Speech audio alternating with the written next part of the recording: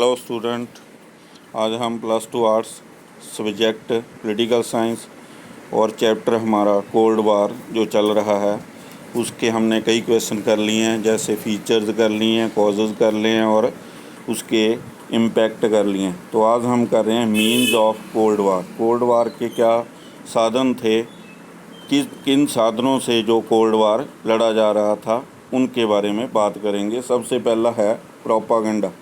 तो एक तो प्रचार किया जा रहा था एक दूसरे के अगेंस्ट। दो ग्रुप बने हुए थे, एक यूएसएसआर का था, एक यूएसए का था। तो दोनों एक दूसरे के अगेंस्ट अपना अपना प्रचार कर रहे थे, दूसरे कंट्रियों को इन्फ्लुएंस में ले रहे थे, दूसरे कंट्रियों के सामने एक दूसरे की जो नेगेटिव बात है वो बता रहे थे। तो इस तरह से ये एक साधन था मीन्स ऑफ कोल्ड वार का, जो प्रोपागेंडा किया जा रहा था एक दूसरे के अगेंस्ट। एक तो ये था। नेक्स्ट हम बात करेंगे डिप्लोमेसी, कूटनीतिक जो बातें होती हैं उसके अकॉर्डिंग भी एक दूसरे को डिग्रेड करने की कोशिश की जा रही थी डिप्लोमेसी के ज़रिए, चाहे वो रशिया हो चाहे वो जो यूएसए हो। तो जो सोवियत यूनियन है वो उनके अगेंस्ट जो ग्रुपिज़म बना रहा था, ज़्यादा से ज़्यादा कंट्रियों को डिप्लोमेसी के ज़रिए अपने अधीन कर रहा था। कई बार तो ऐसा भी देखने को मिला कि जो इकोनॉमिकली एड के ज़रिए ये बता रहे थे कि हम इनका जो इलाज कर रहे हैं, जो कुछ कंट्री जो डिग्रेड हो गए हैं तो उनको इम्प्रूव करने के लिए हम इनको इकोनॉमिकली एड दे रहे हैं। लेकिन उनका उद्देश्य एक डिप्लोमेटिक था, क्योंकि उनको अपनी फेवर में करना चाहते थे। तो ये भी एक डिप्लोमेसी थी जो दोनों ग्रुप में चल रही थी। ये एक साधन बनाया हुआ था मीन्स ऑफ कोल्ड वार का। तो इस तरह से ये एक डिप्लोमेसी के ज़रिए भी ये किया जा रहा था।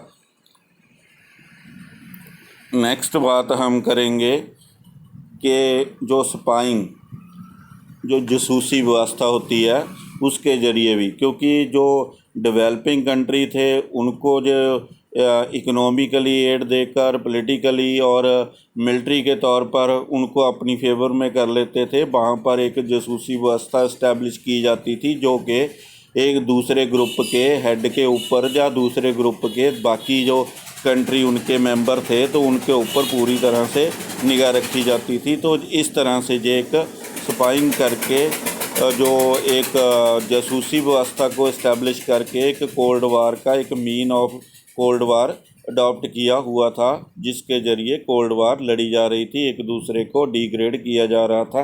तो इस तरह से ये एक मीन्स ऑफ कोल्ड वार था। नेक्स्ट है इकोनॉमिक एड। तो हम पहले बात करके हटे हैं। तो ये एक इकोनॉमिकली एड देकर ज़्यादा से ज़्यादा अपनी एक प्रेज़ करना या फिर उन दूसरे कंट्रियों को इन फेवर में अपनी इन फेवर में कर लेना। तो उनको इकोनॉमिकली एड देकर, जैसे डेवलपिंग कंट्री हैं तो उनको ये दोनों ग्रुप अपनी फेवर में करने के लिए या अपने साइड शामिल करने के लिए तो इकोनॉमिकली एड भी दे रहे थे, एक दूसरे को मदद कर रहे थे आर्थिक तौर पर।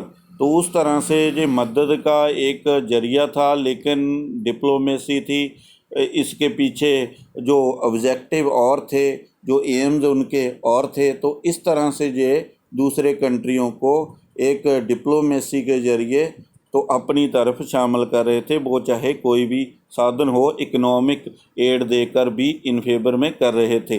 तो उस तरह से ये एक लड़ाई लड़ी जा रही थी कि किसकी साइड पर ज़्यादा से ज़्यादा कंट्री शामिल हैं। तो इस तरह से ये एक means of cold war adopt किया हुआ था। पावर डिस्प्ले, तो हम बात कर रहे हैं कि पहले भी हमने की है कि पावर को डिस्प्ले किया जा रहा था। जैसे यूएसए ने डिस्प्ले की थी अपनी पावर, जो जापान के 2 शहरों के ऊपर एटम बम गिर कर। तो उस तरह से हिरोशिमा एंड नागासाकी था। तो वहाँ पर एक डिस्प्ले की कि इसकी इतनी ज़बरदस्त पावर है जो वो सिर्फ यूएसए के पास ही हो सकती है, और इतनी जो डेंजरस पावर है वो यूएसए के पास ही है, वो सुप्रीम पावर है। तो इस तरह से ये शो करते थे, डिस्प्ले करते थे।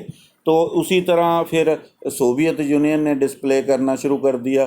तो अपने जो उनके वेपन्स हैं या फिर और इस तरह के साधन हैं जो मिलिट्री के बाकी साधन होते हैं, तो उनको डिस्प्ले करके लोगों को, दूसरे कंट्रियों को डराया जा रहा था, दिखाया जा रहा था, ताकि अगर किसी भी कंट्री के पास मुकाबला करने के लिए इस तरह के साधन नहीं हैं, तो उस तरह से उनको डरा के शामिल किया जा रहा था, या फिर डिस्प्ले करके उनको दिखाया जा रहा था कि हमारे पास इतने डेंजरस जो औजार हैं या साधन हैं या फिर वेपन्स हैं।